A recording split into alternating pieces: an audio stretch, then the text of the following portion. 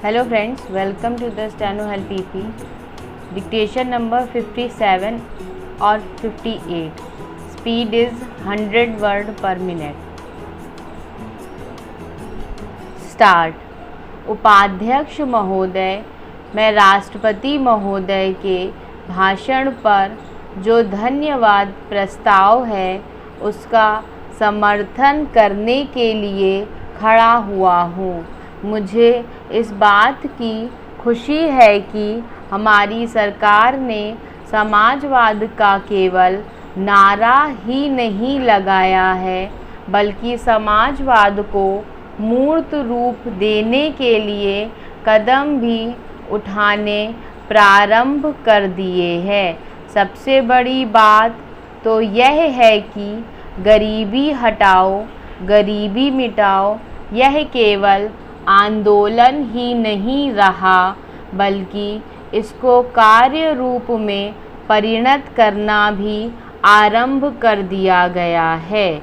इसके लिए मैं अपने प्रधानमंत्री को जितना भी धन्यवाद दूं वह थोड़ा ही है।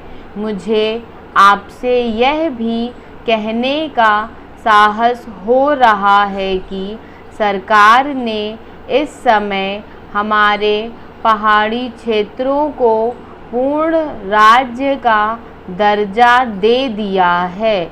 आज तक तो वे बिल्कुल पिछड़े हुए थे। मैं आपसे यह कहने का भी साहस कर रहा हूँ कि पहाड़ी और सीमा के क्षेत्रों को राज्य का अधिकार तो दे ही दिया गया है, उनको यह अवसर भी दिया गया है कि वे अपने पिछड़े हुए इलाके को उन्नत बनाने के लिए स्वयं प्रयत्न करें और अपने पैरों पर खड़े हों। लेकिन मुझे बड़े दुख के साथ आपके सामने यह कहना पड़ रहा है कि हमारे उत्तर प्रदेश के जो पहाड़ी ज़िले हैं वे आज भी बहुत ज़्यादा पिछड़े हुए हैं और उनको कोई देखने वाला नहीं है। मैं सरकार का ध्यान इस बात की ओर दिलाना चाहता हूँ कि कुछ दशक पहले इसी दिल्ली में पहाड़ी इलाकों के सैकड़ों भूमिहीन किसानों का एक बहुत बड़ा जुलूस निकला था और उन्होंने हमारे राष्ट्रपति ने आश्वासन दिया कि उनकी भूमि समस्या हल करने के लिए वे उत्तर प्रदेश की सरकार को लिख रहे हैं। लेकिन आपको सुनकर आश्चर्य होगा कि कई वर्ष बीत गए हैं, किंतु एक चप्पा भूमि भी किसी भूमिहीन को आज तक नहीं दी गई है। हमारे भूमिहीन किसान कभी जेल में सड़ते हैं और कभी कहीं मारे फिरते हैं, लेकिन भूमि उन्हें नहीं मिली।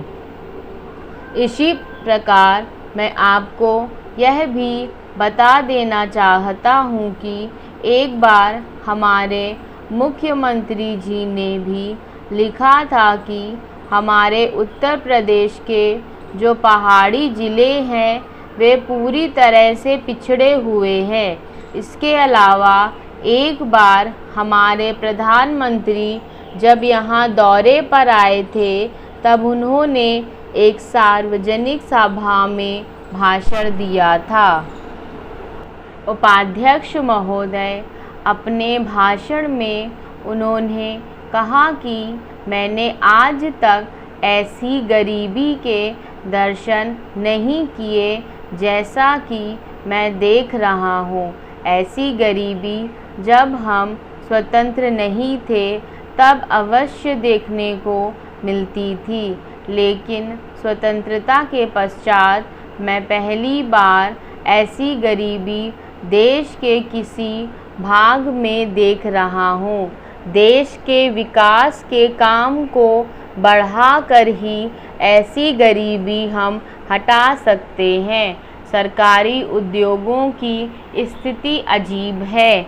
हर संभव कोशिश से और हर सद्भाव बनाकर सरकारी उद्योगों के कर्मचारियों को आप अच्छा वेतन देते हैं और उन्हें रहने का अच्छा स्थान देते हैं, फिर भी घाटा होता है और देश का नुकसान होता है। कारण क्या है? कारण यह है कि आपकी औद्योगिक नीति गलत है और जो रुपया आपके पास है उसको भी आवश्यक काम के लिए खर्च नहीं कर रहे हैं। एक तरफ बोकारो के लिए 600 करोड़ रुपया रख रहे हैं और दूसरी ओर राजस्थान नहर को पूरा करने के लिए आप कहते हैं कि हमारे पास पैसा नहीं है। एक ओर महाराष्ट्र के अंदर आप नई चीनी मिलें खोल रहे हैं और दूसरी ओर उत्तर प्रदेश और बिहार के अंदर कारखाने बंद हो रहे हैं या जो उनकी क्षमता है उस पर पूरे तौर पर काम नहीं कर रहे हैं। यह कोई औद्योगिक नीति नहीं है।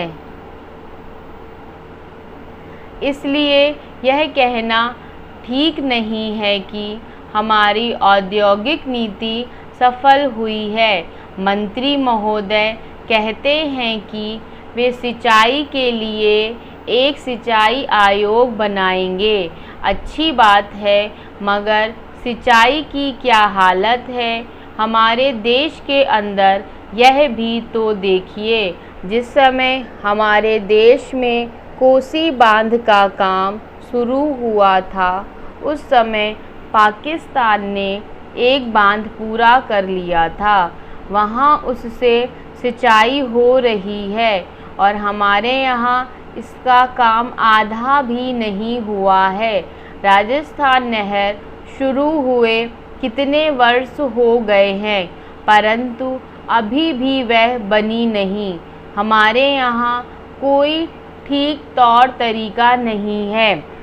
मंत्रियों और सांसदों के मकानों के लिए करोड़ों रुपए निकल सकते हैं, मगर देश के उद्योग के लिए, देश के किसान और मजदूर के लिए जो रुपया चाहिए वह नहीं मिल सकता। उसके लिए रुपया नहीं दे सकते हैं।